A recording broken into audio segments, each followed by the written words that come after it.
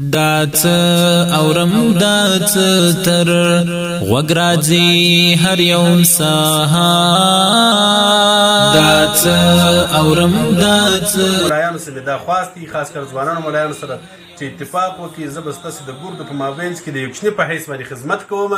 چې دا کوم خپل منځي اختلافات مو دي د دیوبند په مسلک کې دننه چې کوم خلک یو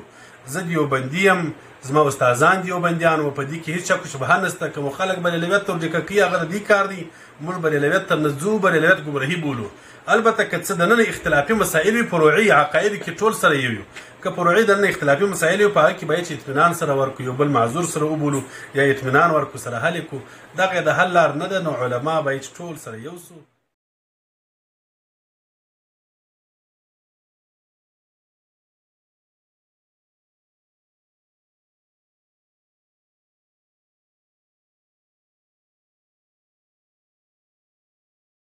دواړه به ولیکو چې د پښین پر سطح څه علما دي دغو علماو ته به وروړو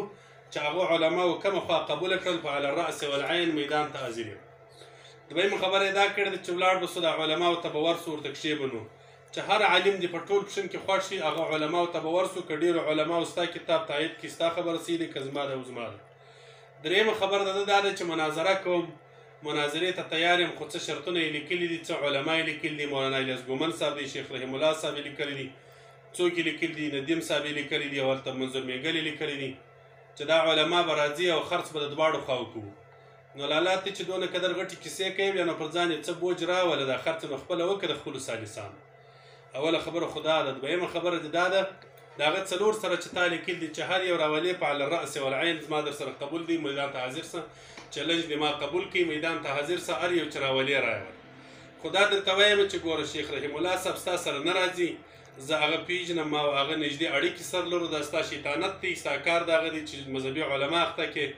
نور چې دا نور زه پیژنم نه تعلق ډېر نور سره لرم خو بیا هم زما سره قبول دی الیاس ګومن صاحب زما پر سر سترګو قبول دی رایوله تی را حاضر که ستا سالسان دي را حاضر یې که میدان ته دا شرط چې تا کم تا شرط ایښي دي د هغه شرط زما پر سر سترګو قبول دی سر د سهاره څخه خلک راواستوه مدرسې ته یې راسته یې ارض ته یې راسته یې زه به هم دوه کسان در واستوم خبرې ته بس کش مور کوه لنډه یې که مختصره یې که د سبا څه دې خلک وټاکه چې دا خلک دي زه به ورسره کښېنم خبر به ورسره وکړو سالسان دې را حاضر کړه چې هره ورځ یې حاضره یې که منظور میګل صاحب حاضره یې که مفتي ندیم حاضره یې که الیاس ګومن حاضره یې زما پر سر سترګو قبول دی را حاضر یې که میدان ته راغله خو زه هم شرطونه ګور درته لرم د مناظرې مناظره نه داسې نه چې یو جانب هر څه ویل شرطونه یې درلودل بل به څه نه وایي ګرده به ستا پر لارې زما شرط در سره دا دی چې مولوي عطاالله را حاضر کړه چې ستا تناو د چا په لاس کې دی مولوي حیات الله را حاضر کړه مولوي عطاالله یا مولوي حیات الله دې زما سره کښېني ځکه ستا کارګر د هغو کړی دی مفتي العلوم استادان دې را سره حاضر سي چې پر هر میدان کښېنستل یې په علی الرأس والعین زما ستا سره دا خبره قبوله ده یو بل شرط مې دا در سره دی ګوره دا به پر میدان ښکاره کوو چې تا نوی دین پښین ته راوړي که ما راوړي دي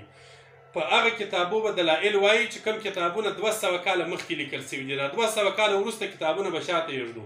دا نه وایم چې 200 کاله وروسته مسلمان او عالم نه دی تېر سوی دي